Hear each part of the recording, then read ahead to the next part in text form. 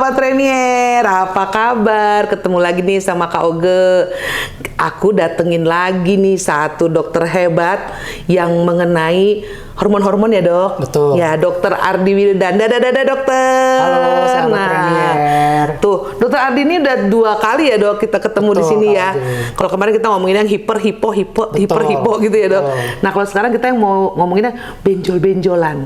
Nah mungkin nih sahabat Premier juga mungkin udah tahu kenapa ada benjolan, terus apa tuh namanya ganggu, terus kenapa? Kadang gini ya dok, mohon maaf, penyakit-penyakit yang nggak kelihatan, kadang tuh kita kayak nggak terlalu aware. Betul. Tapi begitu dia memunculkan seperti ada benjolan atau kita baru pada, ih apaan nih gitu ya.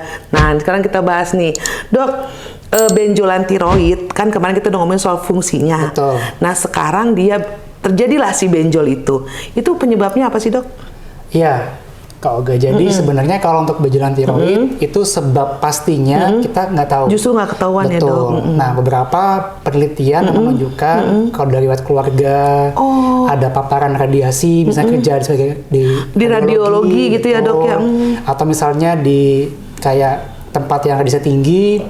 Dan beberapa makanan itu dikatakan sih bisa menyebabkan timbulnya benjolan. Tapi tidak ada yang pasti tahu gitu. Maksudnya, penyebab utamanya lah gitu ya dok. Cuma ya kadang-kadang kok ada benjolan ya di situ. Nanti yang kadang kita perlu waspada juga. Iya. Gitu. Nah kan kalau kayak perempuan-perempuan kan ini ya dok ngaca, ngelihat lehernya jenjang, lehernya pendek. Kalau saya ini benjol semua kan enggak ya dok.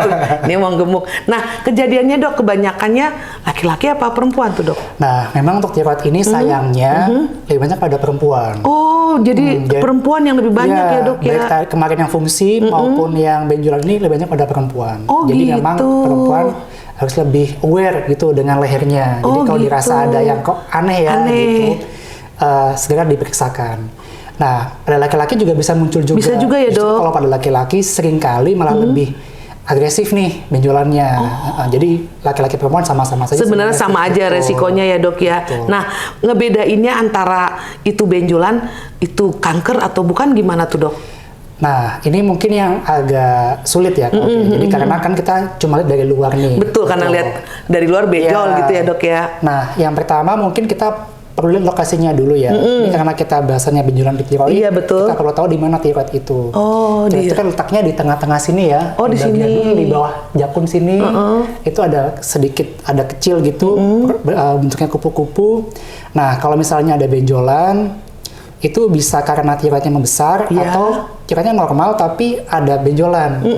Gitu. Nah, dari luar kita nggak bisa bedakan nih apakah dia jinak atau ganas. Caranya gimana? Yang pertama adalah bagaimana pembesarannya. Maksudnya apakah dia cepat banget atau lama gitu ya dok ya. Ada yang bertahun-tahun ya segitu-segitu aja nggak nambah gitu. Ada yang dalam waktu cepat kok tiba-tiba jadi gede ya gitu. Nah kalau makin cepat tentu kita harus makin waspada. Waspada ya benar. Nah yang kedua kalau dari riwayat keluarga dengan keganasan. Jadi kalau ada keturunan kanker gitu ya dok ya. Kita harus waspada. Ini jangan-jangan ke arah ganas nih gitu. Oh iya. Dan kalau misalnya yang ketiga, kalau ternyata memang tadi ada makin besar cepat, kemudian dari keluarga juga. Nah, sebaiknya memang kita lakukan pemeriksaan. Oh, diperiksa secara detail gitu ya dok ya? Ideal dengan menggunakan USG. USG. Ya, karena dengan USG kita bisa melihat bentuknya, dalamnya itu seperti apa. Oke.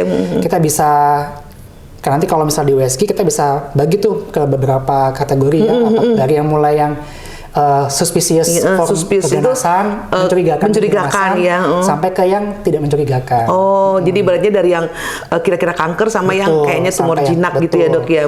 Kalau misal isinya ternyata cuma kista, cuma cairan aja, cairan doang, itu 99% jinak biasanya. Tapi kalau makin padat, makin keras, nah itu jangan-jangan ganas. Oh, membedakannya itu dan itu bisa lihat di USG ya dok. Nah, nanti dari hasil USG yang kita dapatkan itu nanti dibagi lagi tuh. Mana yang perlu diklarifikasi lebih lanjut. Apakah itu benar kanker atau bukan gitu ya dok? Karena kan kita perlu lihat langsung di bawah mikroskop ya. Betul.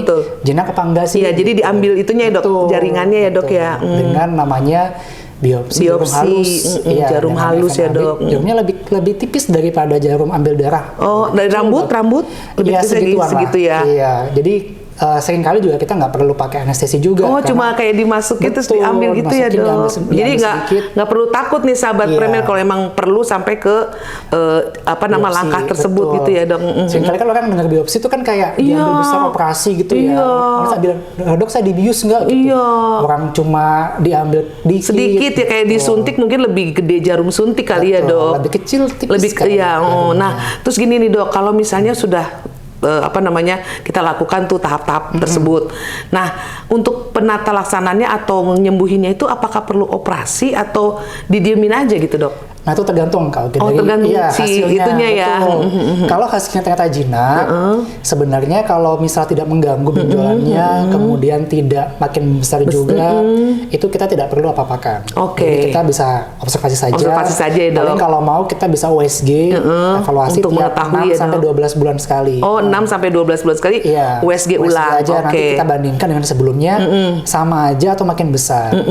Nah, kalau ternyata benjolannya jinak tapi ada keluhan jadi sering kesedap misalnya, atau jadi sering sesek karena menekan saluran nafasnya. Nah, itu memang kita lebih baik diangkat ya, Dok. Gitu. Tapi kalau misalnya hasilnya memang ganas, nah ini memang mohon maaf mau tidak mau harus dioperasi.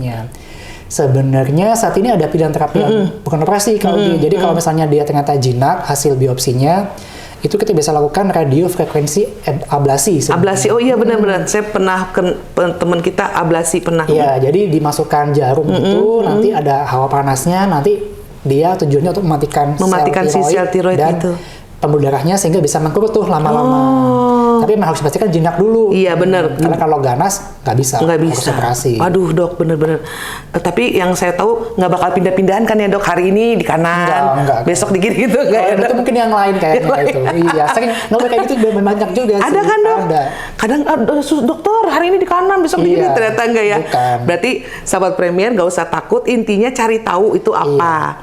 Kemudian kita obatin ya, Dok. Karena tadi seperti dokter pernah bilang sebelum kita mulai, dia angka sembuhnya tinggi ya, Dok, untuk kankernya ya. Jadi kalau untuk kanker tiroid ini, walaupun dia judulnya kanker, tapi dibandingkan dengan keganasan yang lain, misalnya seperti di payudara atau di serviks, itu relatif tidak menyebar. Gitu. Betul. Memang dari ada beberapa tipe gitu ya, sekitar ya mungkin 80-90% itu masuknya ke tipe yang lumayan tidak agresif. Betul. Gitu. Jadi walaupun kanker dia bisa diobatin.